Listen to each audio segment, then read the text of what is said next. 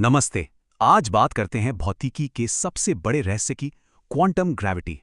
असल में ये हमारे दो सबसे सफल सिद्धांतों के बीच एक जंग है। आइए इस गुत्थी को सुलझाते हैं। एक तरफ है जनरल रिलेटिविटी, जो विशाल ब्रह्मांड को देखती है। दूसरी तरफ क्वांटम मैकेनिक्स, जो सूक्ष्म कणों की दुनिया है। और ये दोनों एक दूसरे से बिल्कुल मेल नहीं खाती। तो फिर इन्हें एक साथ लाने की जरूरत क्यों है? क्योंकि ब्लैक होल जैसी जगहों को समझने के लिए हमें दोनों की जरूरत है। इस पहेली को सुलझाने के लिए कई रास्ते अपनाए गए हैं और हर एक का अपना अलग ही स्टाइल है, अपना अंदाज।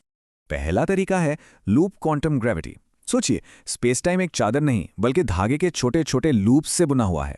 मतलब स्पेस का भी एक सबसे छोटा पिक्सल है जिसे और नहीं तोड़ा जा सकता। और इसका नतीजा वो बड़ा दिलचस्प है। ये थ्योरी कहती है कि शायद बिग बैंग हुआ ही नहीं।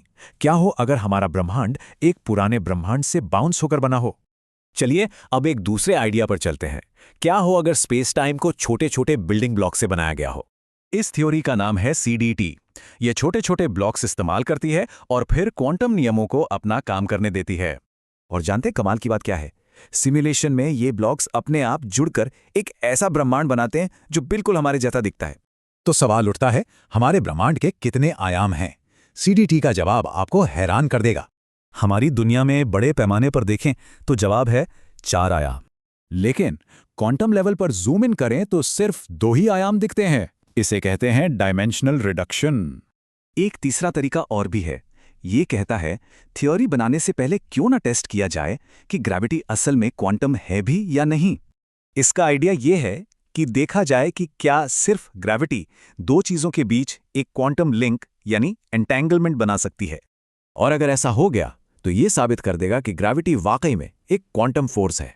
पर एक ऐसे स्पेस टाइम को कैसे मापें जो स्मूथ नहीं बल्कि दानेदार है? इसके लिए भी नए टूल्स बनाए गए हैं। जैसे एक तरीका है क्वांटम ब्रिक की कावेचर। ये एक तरह का कॉस्मिक सर्वेयर है जो स्पेस टाइम के घुमाव को मापता है। देखिए, क्वांटम ग्रेविटी की ये खोज सिर्फ कोई एकेडमिक पहेली नहीं है।